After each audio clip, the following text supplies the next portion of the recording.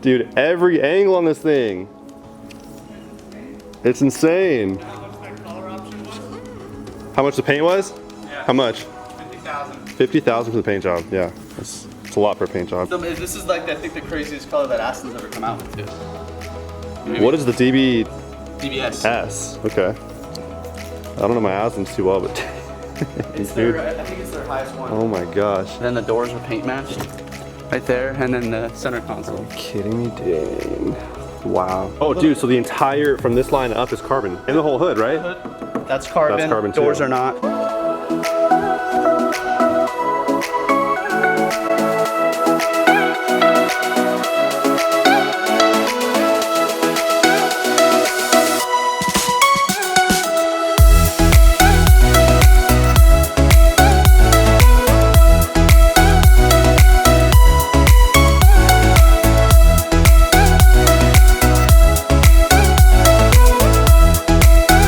CarMax. I'm kind of curious what CarMax would offer me for my 2012 Silverado 1500 Crew Cab Z71 with the 4x4. I'm not looking to sell this truck already, but I am curious just kind of what CarMax would offer. Last time I was here was to get an appraisal on my 2019 Silverado. Now we're here to see how much they'll offer me for my 2012. But just like that, welcome to CarMax, the way the car buying should be. So I just checked in at the front desk, which is actually outside for appraisals, and it's crazy. There's 1, 2, 3, 4. There's one guy right here. There's 3 more in the corner up there, and about 7 people in the front section there, and the Chevy truck, all waiting for appraisals. This might take a minute, but she did say I'll be out of here in about 30-40 minutes, which is pretty amazing. So I'll wait here and they'll come to me or something. I don't really know, but we'll see what happens. Hello. I'll be doing the assessment on your car. Oh, okay. If you could turn it on and leave the engine running. Yeah.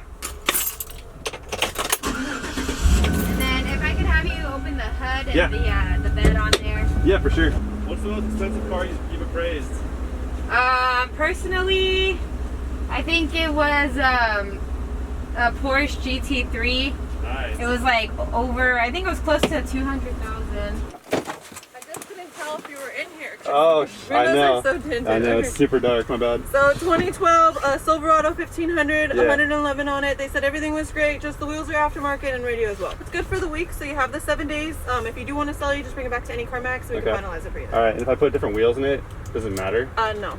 If I take the custom ones off, I can put the stock ones on, you guys, same price? Yeah, exactly. All right, cool. Thank you very much. Have a good one. You too. And just like that, I have an offer in hand from CarMax to buy my Silverado. This is good for 7 days, and I'm not gonna lie, this offer was not what I was expecting at all.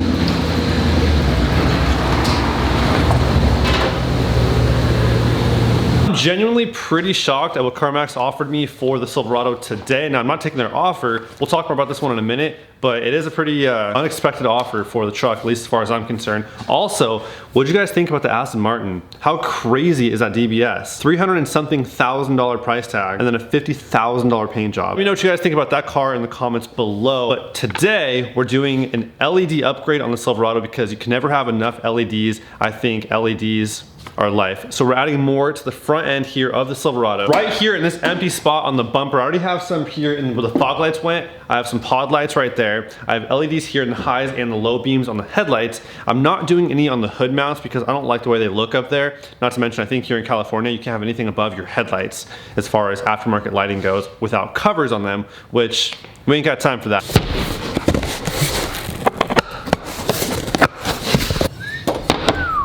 And just like that, straight from rough country, here is the light bar bracket. Fit for any 07 to 13 Chevy 1500. This fits a 20-inch light bar. And what's really cool too is it utilizes the factory mounting hardware in the bumper already. So we have 1, 2, and 3 10mm bolts. Those come out, and then we feed those right into these 3 holes right here, and that's how we fasten down the new bracket. From there, we just wire it through. Now, I'm not sure if I have to go through the back side of the bumper to install the light bar itself. If so, then this plastic piece back here needs to come out. Should be pretty straightforward, but if not, it is a single row LED bar, so it should fit in here, hopefully. If not, then that plastic air duct needs to come out first.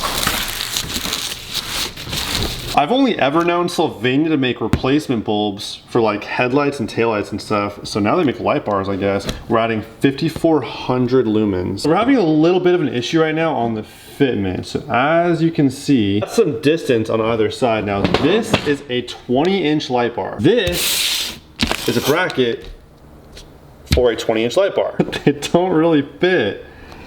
Okay, these are the little screws they provided to mount up the light bar. Obviously, well, it's not quite long enough. You need like twice that length at least on both sides. It isn't gonna look very good having a long thread showing like that, but I think it's kind of our only option. That being said, I have to run down to the hardware store, get some more bolts. It's one of the most frustrating feelings in the world when you're in the middle of a project and you have to put it down to go and grab some tools or some hardware to finish your project.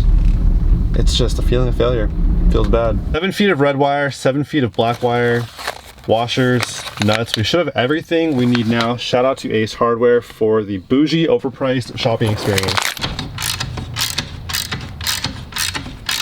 So as you can see right here, the tighter I make the light bar, the more the bottom of the light bar bracket wants to flex upward. Bottom of this bracket right here should be flat, which makes the light bar lower. That's where it needs to be. There's no room for this to go up because if it goes higher, then you're not gonna be able to see it out of that cutout in the bumper. So the reason why I'm having issues is because the actual light bar isn't filling in the space here on the bracket. Now when I measure the light bar, the whole assembly comes in at just over 20.5 inches. The actual light bar bracket is just under 22.5. Not a fan of running a bunch of washers in there. I don't know what else to do. I don't think it's gonna work. Here it is lined up perfectly, and as you can see right there, the light bar is already a little bit too high. It's kind of tucked behind the bumper. That's because the tighter I make the light bar, the more the bracket is angling up. That's hiding it behind the bumper, which isn't good. I feel super unsatisfied with today, but sometimes in life it just is what it is. Maybe one day soon we'll have a light bar in there, but for now, it just ain't gonna happen. Check these out. These are gonna look so sick. I have 2 for the side doors and 1 for the rear. Silverado Midnight Edition style badges, matte black with red inserts. I guess that means I have to do the tow hooks in red as well. I mean, it's only right? The wrap's coming next week. For now, I do have this stubby antenna. Oops. Yeah, I'd say that's about 112% improvement.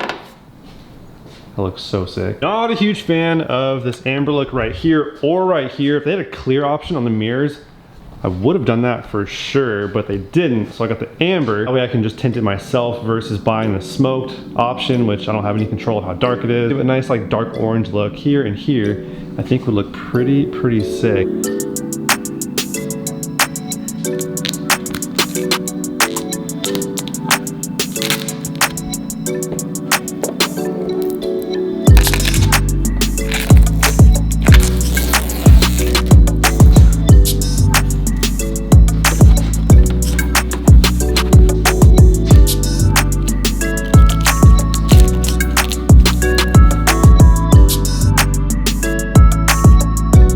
Why I like this shade of tint is because it's not fully blacked out. It's most compared to like probably a 35% transparency, which I think is perfect over the lens, which just makes it a really dark orange, not fully blacked out, which I think looks really nice. It's a huge difference between that and that. So here is what I got appraised today at CarMax. It's my 2012 Silverado 1500 Crew Cab LT 4x4, and it's overall in very good shape aside from one minor scrape here on the front left bumper cap. But aside from that, everything on the body is original, no accidents, clean title, not insanely modified. Obviously it does have some mods done to it. It's got a 6-inch lift kit and a nice set of wheels and tires, the Toyo mutters on the fuels, and lift kits, nothing too wild. It's like a 6-inch spacer kit essentially.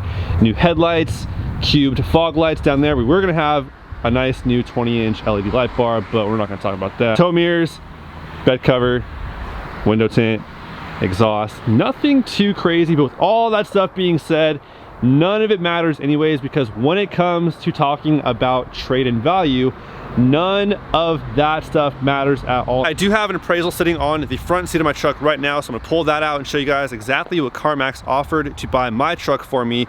That's good for the next 7 days. CarMax offered me $16,000 for my Silverado, good until the 23rd of February for my Silverado that I paid $15,000 for back in December. So I could actually make money right now taking my Silverado to CarMax and selling it. Now, not technically making money because I did pay over $1,000 in registration for this truck, including sales tax and registration fees. That would actually put me under, but if we're talking just cost of the truck, I made $1,000 if I sold my truck to CarMax. I have no plans on selling it to CarMax or anybody for that matter anytime in the near future. I'm still having a lot of fun building this truck out, and maybe that'll change once I run out of stuff to do to it, but we'll see about that when that time comes. Maybe I'll sell this Silverado and get a newer Silverado. As far as this offer goes right now, CarMax will not be buying my truck for the $16,000. I'm still in the process of doing a lot of stuff to this truck. So, but that is all I have for you guys today. As always, hope you guys enjoyed. I will catch you guys on the next one.